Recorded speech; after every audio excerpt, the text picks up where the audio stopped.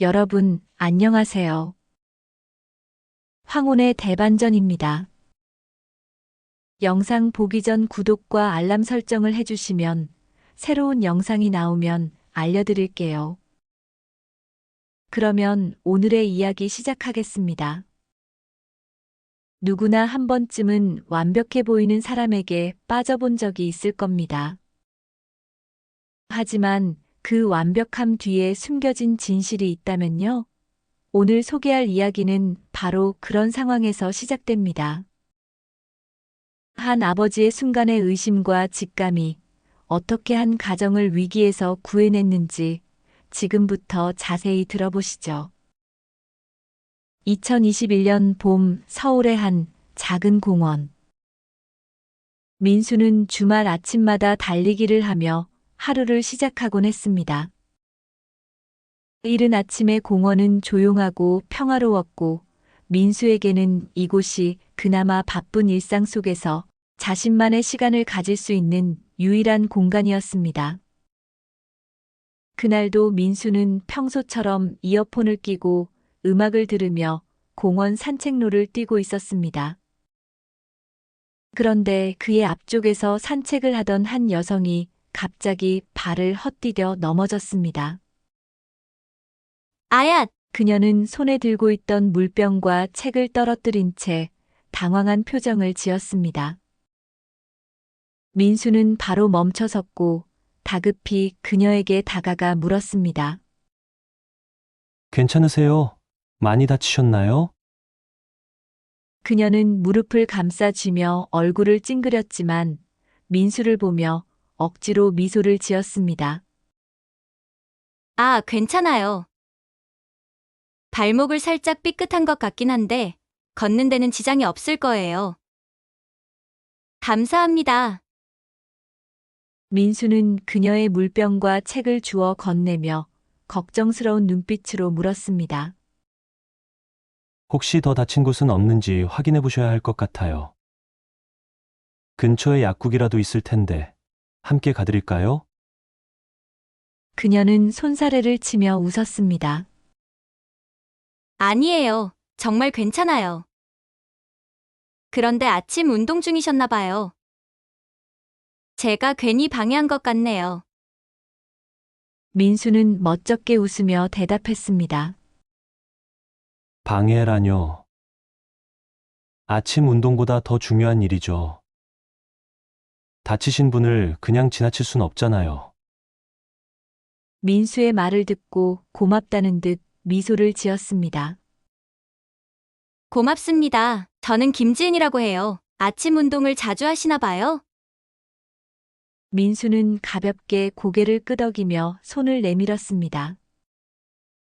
네, 주말마다요. 저는 박민수입니다. 혹시 무리해서 걷지 마시고 좀 더 쉬었다가 가세요. 그렇게 민수와 지은의 첫 만남은 공원에서의 작은 사건으로 시작되었습니다. 며칠 뒤 민수는 근처 카페에서 서류 작업을 하며 커피를 마시고 있었습니다. 그런데 창가 자리에 앉아 있던 누군가가 눈에 들어왔습니다. 바로 공원에서 넘어졌던 그녀, 김지은이었습니다. 그녀는 책을 읽고 있었고 민수가 들어오는 것을 눈치채지 못한 듯 했습니다. 민수는 잠시 망설였지만 곧 그녀에게 다가갔습니다. 안녕하세요. 지은 씨 맞죠? 그때 공원에서 다치셨던 분? 지은은 놀란 표정으로 고개를 들더니 곧 미소를 지었습니다. 민수 씨. 이렇게 다시 뵙네요. 정말 반가워요. 민수는 자연스럽게 그녀 맞은편 자리에 앉았습니다. 여기 자주 오세요? 네. 이 근처에서 자취를 하고 있어서요. 민수 씨는요? 저도 근처에 살아요. 일 끝나고 가끔 들러요. 지은은 커피잔을 들며 웃었습니다. 우리가 이렇게 다시 만난 걸 보면 뭔가 특별한 인연인 것 같네요. 민수는 쑥스러운 듯 웃으며 대답했습니다. 그러게요. 그런데 다친 발목은 괜찮아졌나요? 네, 덕분에요. 민수 씨가 도와주셨으니까요. 그렇게 두 사람은 커피를 마시며 한참 동안 대화를 나누었습니다. 민수는 그녀와의 대화가 편안하고 즐겁다는 것을 느꼈습니다. 그녀는 책을 좋아하고 사회 이슈에도 관심이 많았으며 조용하고 배려 깊은 사람이었습니다. 그 후로 민수와 지은은 공원과 카페에서 우연히 만나는 일이 잦아졌습니다. 두 사람은 서로의 연락처를 교환하며 조금씩 더 가까워졌습니다. 지은은 항상 따뜻한 미소와 사려 깊은 말투로 민수를 위로해 주었습니다. 민수 씨, 요즘 회사 일이 많이 힘들다면서요? 너무 무리하지 말고 가끔 쉬어가세요. 민수 씨 같은 분은 아프면 안 돼요. 민수는 그녀의 따뜻한 말에 위로를 받으며 점점 더 그녀에게 마음을 열게 되었습니다. 지은은 그에게 이상적인 연인처럼 보였습니다. 항상 그의 이야기에 귀를 기울이고 그가 필요로 할 때 곁에서 힘이 되어주는 사람이었습니다. 한 번은 민수가 야근 후 지친 얼굴로 집에 돌아가려 할 때 지은이 직접 만든 간단한 샌드위치를 건네며 말했습니다. 이거 제가 만들어 봤어요. 식사는 하셨겠지만 그래도 조금이라도 드셔보세요. 민수 씨 힘내라고요. 민수는 그녀의 세심한 배려에 감동하며 말했습니다. 지은 씨, 정말 감사합니다. 지은 씨 같은 사람이 제 곁에 있어서 다행이에요. 지은은 수줍게 웃으며 대답했습니다. 제가 할 수 있는 건 이 정도밖에 없어요. 민수 씨가 행복하면 저도 행복해요. 몇 달 뒤 민수는 지은을 자신의 부모님께 소개하기로 결심했습니다.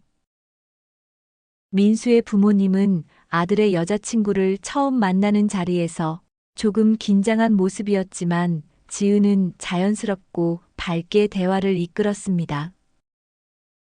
어머님, 이거 제가 직접 만든 잡채예요.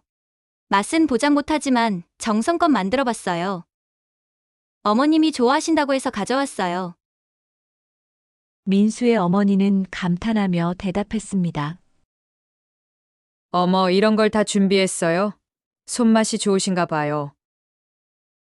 요즘 젊은 사람들은 이런 음식 잘 안 하는데 대단하네요. 지은은 겸손하게 웃으며 말했습니다. 아니에요. 어머님께 잘 보이고 싶어서요. 민수 씨가 저한테 어머님이 음식 솜씨가 좋다고 자랑을 많이 하셨거든요.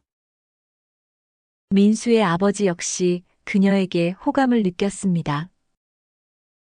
지은 씨, 참 생각이 깊은 분 같네요. 우리 민수랑 잘 어울리는 것 같습니다. 그날 저녁 민수의 어머니는 민수에게 따로 말을 건넸습니다. 지은 씨 참 착하고 좋은 아가씨구나. 이런 며느리감을 만나다니 내가 참 복이 많구나. 민수는 부모님의 긍정적인 반응에 안도하며 자신이 정말로 좋은 사람을 만났다고 확신했습니다. 지은은 민수와 그의 가족에게 완벽한 여자친구이자 며느리감으로 자리 잡았습니다. 그녀는 민수의 부모님에게도 꾸준히 연락하며 안부를 묻고 민수를 위해 음식을 준비해 회사로 가져다 주는 등 누구나 부러워할 만한 연인의 모습을 보여주었습니다. 민수와 지은의 관계는 시간이 지날수록 더 깊어졌습니다. 민수는 지은과의 결혼을 진지하게 고민하기 시작했고, 주변에서도 정말 좋은 여자친구를 만났다는 칭찬이 이어졌습니다. 민수의 부모님 역시 그녀를 며느리감으로 받아들일 준비를 하고 있었습니다. 결혼을 결정한 민수와 지은은 양가 상견례를 잡았습니다. 상견례 자리에서 민수의 부모님은 지은의 부모님을 처음 만나게 되었고, 겉으로는 화기애애한 분위기가 이어졌습니다. 하지만 대화 도중 민수의 아버지 박형준은 지은의 아버지의 말에서 묘한 모순을 느꼈습니다. 지은의 아버지가 말했습니다. 우리 지은이는 하버드에서 MBA를 졸업하고 정말 열심히 살아왔습니다. 저희 가족이 자랑스러워하는 딸이죠. 이 말을 들은 박형준은 자연스럽게 대화를 이어갔습니다. 아, 하버드요. 참 대단하시네요. 제가 하버드 동문 모임에 나가는데 혹시 지은 씨가 다니던 시절에 어떤 교수님 밑에서 연구를 했는지 기억하시나요? 아버지는 잠시 머뭇거리며 웃었습니다. 글쎄요, 하버드 쪽 이야기는 제가 잘 모릅니다. 지은이가 워낙 독립적이라 그런 것들을 자세히 말하지 않았거든요. 박형준은 그 순간 이상한 기분을 느꼈습니다. 성공한 딸을 자랑스러워하는 부모라면 당연히 그녀가 어떤 교육을 받았는지 기본적인 정보를 알고 있을 법했기 때문입니다. 하지만 지은의 부모는 그녀의 과거에 대해 지나치게 모호하게 대답했습니다. 더구나 상견례 도중 지은의 어머니는 민수의 부모가 질문을 할 때마다 화장실에 가거나 어색한 웃음으로 대답을 피하려는 모습이 눈에 띄었습니다. 그날 저녁 상견례가 끝난 뒤 박형준은 아내에게 조심스럽게 말을 꺼냈습니다. 오늘 뭔가 이상하지 않았어. 지은 씨 부모님이 딸에 대해 이야기할 때 뭔가 감추는 것 같지 않았어. 민수의 어머니는 고개를 갸웃하며 대답했습니다. 글쎄요, 난 그냥 두 분이 조금 긴장해서 그런 줄 알았는데 당신 말대로 뭔가 석연치 않은 점이 있긴 했어요. 박형준은 그날 밤 서재에 들어가 혼자 깊은 고민에 빠졌습니다. 검사로 일하며 수많은 사건을 다뤄온 그의 직감이 분명히 무언가 이상하다고 경고하고 있었습니다. 박형준은 민수와 지은의 상견례 이후 그녀에 대한 석연치 않은 감정을 떨칠 수 없었습니다. 상견례 자리에서 들었던 지은의 하버드 MBA 졸업 이야기가 머릿속에서 떠나지 않았습니다. 모든 것이 너무 완벽했습니다. 그녀의 외모, 말투, 배려 깊은 행동, 심지어 하버드 출신이라는 배경까지. 하지만 박형준은 오랜 검사 생활을 하며 배운 것이 있었습니다. 너무 완벽한 사람은 오히려 의심스럽다. 그날 밤 박형준은 서재에 앉아 상견례 자리에서 느낀 위화감을 정리했습니다. 그녀의 학력과 경력에 대해 민수가 무척 자랑스러워했지만 박형준은 그녀가 하버드 MBA 졸업에 대해 구체적인 이야기를 하지 않고 피한 점이 찜찜했습니다. 하버드 동문 명단만 확인해보면 되겠지. 간단한 확인 작업으로 끝날 것이라 생각한 그는 자신의 인맥을 통해 하버드 MBA 동문 모임에 연락을 취했습니다. 다음 날 박형준은 하버드 동문 모임 대표와 통화하며 물었습니다. 안녕하세요. 혹시 하버드 MBA 졸업생 명단을 확인할 수 있을까요? 제가 며느리 될 사람의 학력을 확인하려고 합니다. 대표는 흔쾌히 협조했습니다. 물론입니다. 졸업 연도와 이름만 알려주시면 제가 금방 확인해드리겠습니다. 박형준은 민수에게 들었던 정보를 바탕으로 대답했습니다. 이름은 김지은이고 졸업 연도는 약 4, 5년 전일 겁니다. 대표는 몇 분간 자료를 검색하더니 낯설다는 듯 말했습니다. 김지은이라는 이름은 해당 연도의 명단에 없습니다. 혹시 다른 이름으로 등록했거나 졸업 연도를 착각하신 건 아닌지요? 박형준은 순간 머리가 멍해졌습니다. 명단에 없다고? 착각일 수도 있겠지. 다른 가능성을 배제하지 말자. 하지만 그의 마음 한편에는 찜찜한 기분이 가시질 않았습니다. 그녀의 이름을 찾지 못한 박형준은 서울대 동문회에도 연락을 취했습니다. 지은이 학부를 서울대 경제학과로 졸업했다는 이야기도 상견례에서 들었기 때문입니다. 서울대 동문회 담당자는 빠르게 응대하며 졸업생 명단을 확인해 주겠다고 했습니다. 졸업생 이름이 김지은이라고요? 경제학과 2010년 졸업생이라고 하셨죠? 담당자는 몇 분간 명단을 검색한 뒤 조용히 대답했습니다. 죄송하지만 해당 연도의 경제학과 졸업생 명단에 김지은이라는 이름은 없습니다. 박형준은 다시 한번 실망과 혼란을 느꼈습니다. 하버드도 아니고 서울대도 아니라고. 이건 단순한 실수가 아니다. 이 여자의 정체를 더 철저히 파헤쳐야겠다. 박형준은 서재 책상에 앉아 두 손으로 머리를 감싸며 생각에 잠겼습니다. 처음엔 단순히 착각일 수도 있다고 생각했어. 하지만 이제는 명백한 의문이 생겼다. 그녀는 왜 자신의 학력을 속였을까? 속인 이유가 단순히 체면 때문일까? 아니면 더 깊은 의도가 있는 걸까? 그는 오랜 검사 생활을 통해 수많은 거짓말쟁이와 사기꾼을 만났습니다. 그들의 공통점은 하나의 거짓말을 시작으로 점점 더 많은 거짓말을 덧붙인다는 것이었습니다. 김지은, 아니, 정말로 그 이름이 본명일까? 그녀가 민수와 우리 가족에게 보여준 모습은 진짜일까? 박형준은 조사를 진행하면서도 민수에게는 아무런 내색을 하지 않았습니다. 그는 민수가 그녀를 얼마나 사랑하고 신뢰하고 있는지 잘 알고 있었습니다. 섣불리 말을 꺼냈다간 민수에게 상처만 줄 뿐이다. 그녀의 정체를 확실히 파악하기 전까지는 절대 입 밖에 내지 말아야 한다. 더 정밀한 조사가 필요하다는 것을 직감한 그는 결국 자신의 옛 제자인 사립탐정 이준호에게 연락을 취했습니다.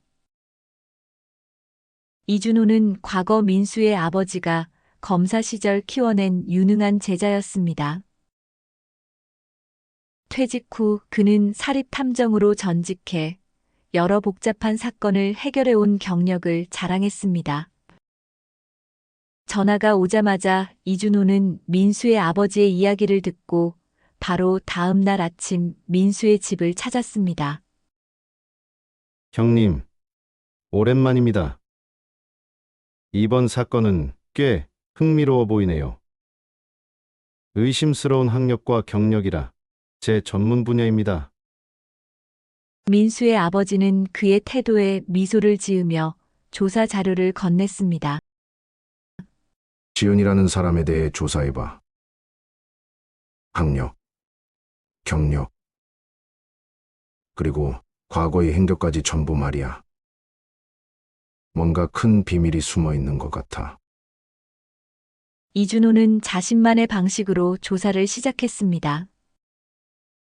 사립탐정 이준호는 지은의 진짜 정체를 밝히기 위해 가장 먼저 그녀의 직장 경력부터 조사하기로 했습니다. 지은이 다니는 회사는 국내에서 꽤 유명한 대기업이었고 그녀의 경력은 하버드 MBA 출신이라는 타이틀과 함께 입사한 엘리트 직원으로 알려져 있었습니다. 하지만 민수의 아버지가 느낀 의심을 풀기 위해선 회사 내부에서 진짜 정보를 캐내야 했습니다. 이준호는 헤드헌터를 가장하기로 했습니다. 단정한 정장을 차려입고 고급 가죽 서류 가방을 들고 회사 채용 담당자를 만나러 갔습니다. 그를 만나기 직전 이준호는 빛나는 미소를 띠며 유창한 말투로 말을 건넸습니다. 안녕하세요.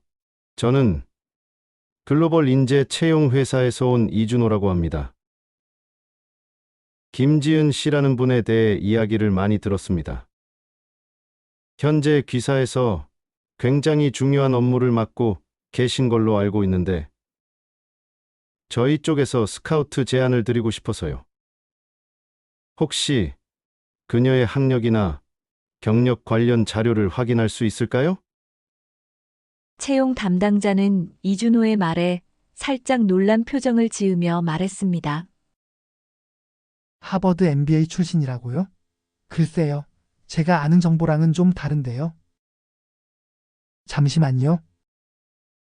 제가 기록을 다시 확인해 보겠습니다.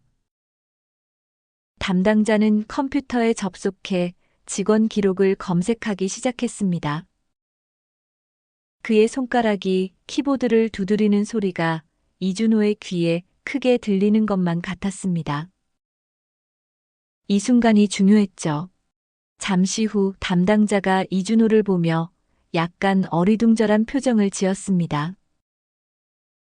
여기 기록상으로는 김지은 씨가 국내 한 대학에서 경영학과를 졸업한 걸로 되어 있네요. 하버드 MBA라는 기록은 없습니다. 오히려 입사 당시 경력 사항이 비교적 평범했던 걸로 기억합니다. 스카우트 제안을 하신다는 게 조금 이상하네요. 실례지만 어디서 그런 정보를 들으셨는지요? 이준호는 당황한 기색 없이 여유롭게 웃으며 말을 돌렸습니다. 아, 그렇군요. 제가 정보를 잘못 들었나 봅니다. 그래도 이렇게 확인해 주셔서 감사합니다. 김지은 씨가 워낙 뛰어난 분이라는 소문을 들어서 찾아왔는데 다시 한번 검토를 해봐야겠네요. 채용 담당자는 고개를 끄덕이며 이준호를 배웅했고 그는 건물을 나오며 속으로 미소를 지었습니다. 이제 확신이 들었습니다.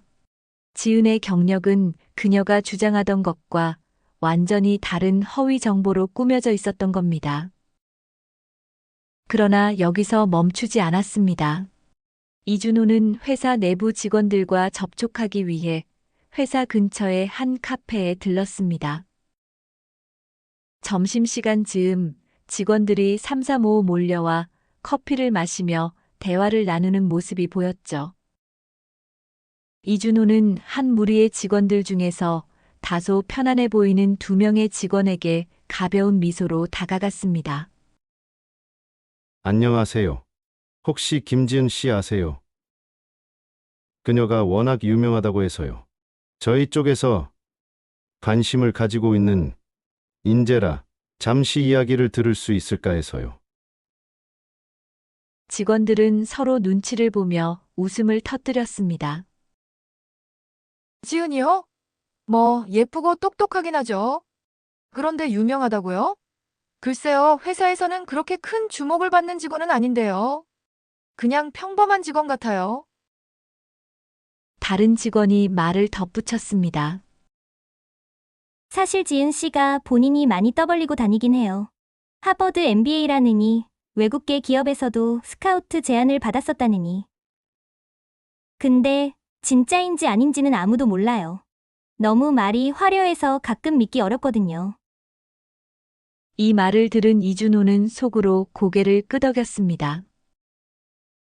회사 내부에서도 이미 그녀의 경력에 대해 의구심을 품는 사람들이 있었다는 것이 분명해 보였죠. 이준호는 회사 내 채용 기록이 저장된 문서에 접근하기 위해 회사의 깊숙이 연결된 정보원에게 접촉했습니다.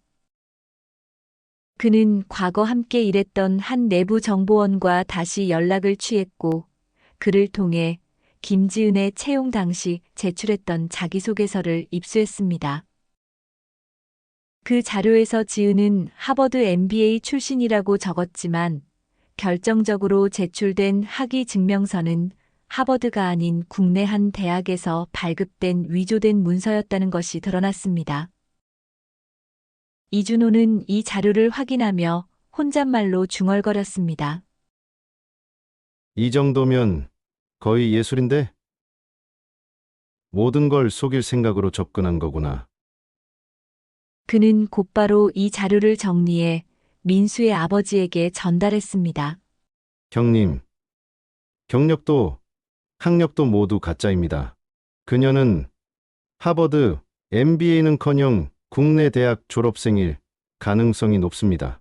그리고 채용 과정에서도 위조된 문서를 제출한 것 같습니다.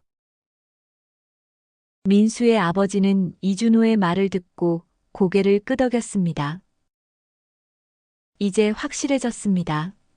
김지은이라는 여자는 그녀가 말하는 경력과 완전히 다른 사람이었습니다.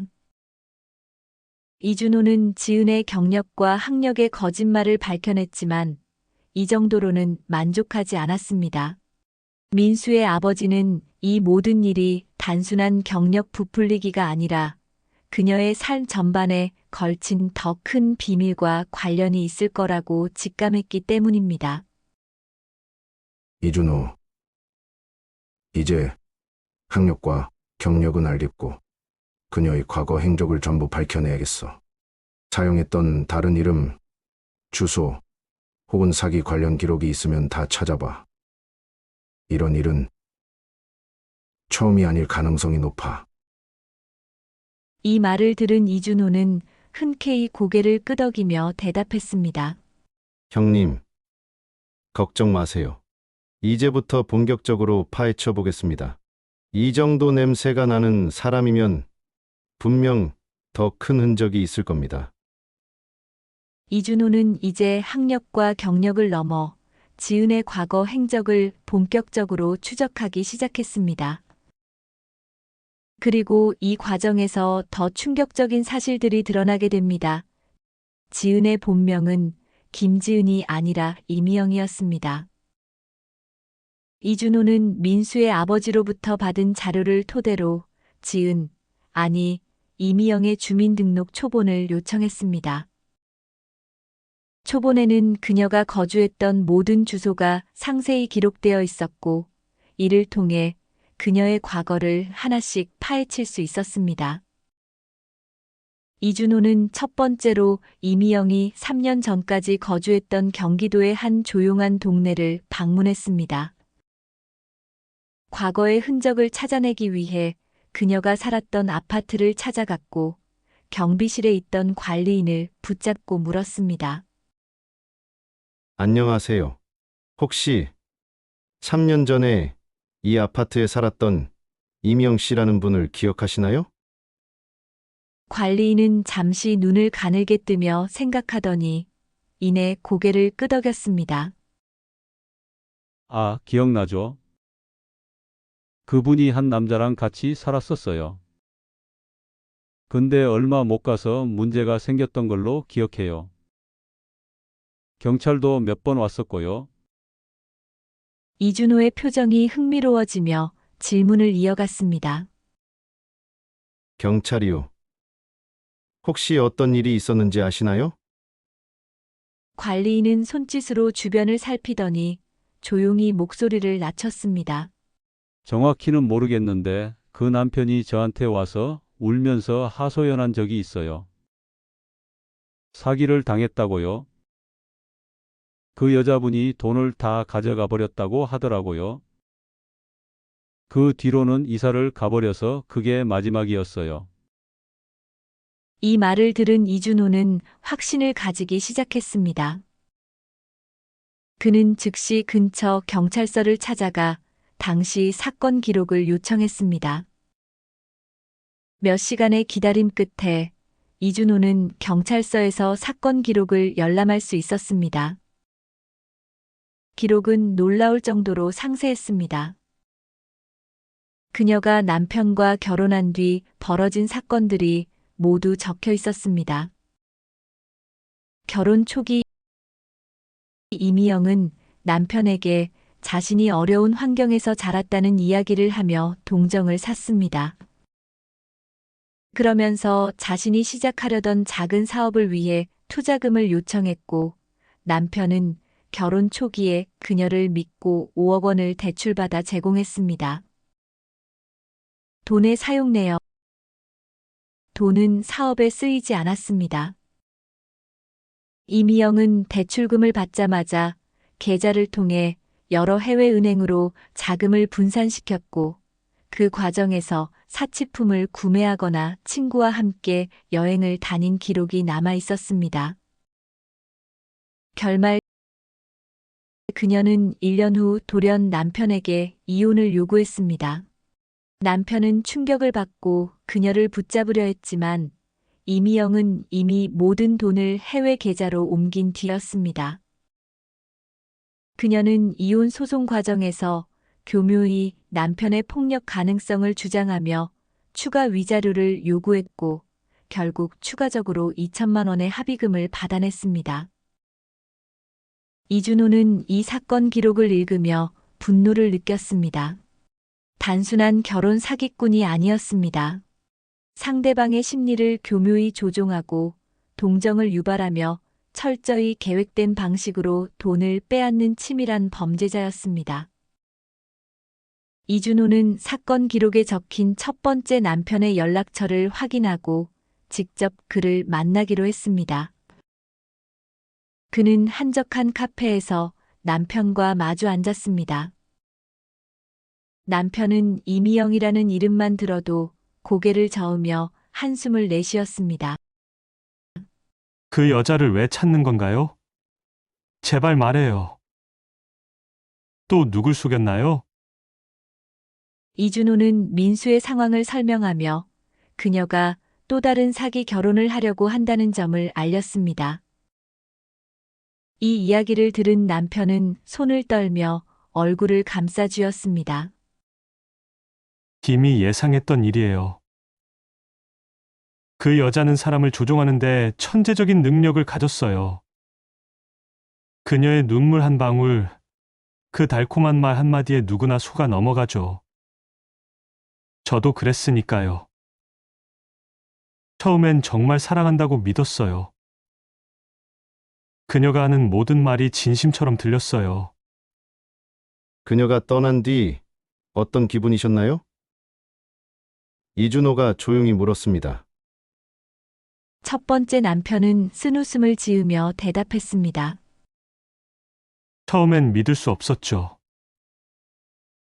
내가 사랑했던 사람이 날 이렇게 철저히 이용했다는 게 그 뒤로 제 삶은 망가졌어요. 사업을 시작하기는커녕 빚에 허덕이며 몇 년을 고생했죠. 지금은 겨우 회복했지만 그녀의 이름만 들어도 모든 걸 잃었던 순간이 떠올라서 숨이 막힐 것 같아요.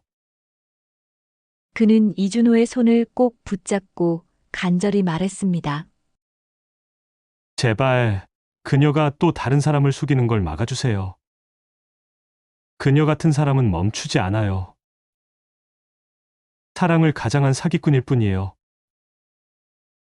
남편과의 대화 후 이준호는 추가 조사를 진행하던 중 중요한 단서를 발견했습니다. 이미영이 결혼 당시 사용했던 해외 계좌가 최근 몇 달 전에도 다시 한번 거래 기록을 남겼던 겁니다. 그녀는 여전히 해외로 자금을 옮기며 흔적을 지우고 있었습니다. 더 놀라운 것은 그 계좌와 연결된 이름이 김지은으로 등록되어 있었다는 점이었습니다. 그녀는 민수와의 관계를 유지하면서도 이미 또 다른 도피 계획을 세우고 있었던 겁니다. 이준호는 결혼의 진실을 밝혀낸 뒤 민수의 아버지에게 자료를 전달했습니다. 그러나 그의 직감은 이렇게 끝나지 않을 것을 예감하고 있었습니다. 이미영, 아니 김지은의 삶은 단순히 한 번의 결혼 사기에서 끝날 리 없었기 때문입니다.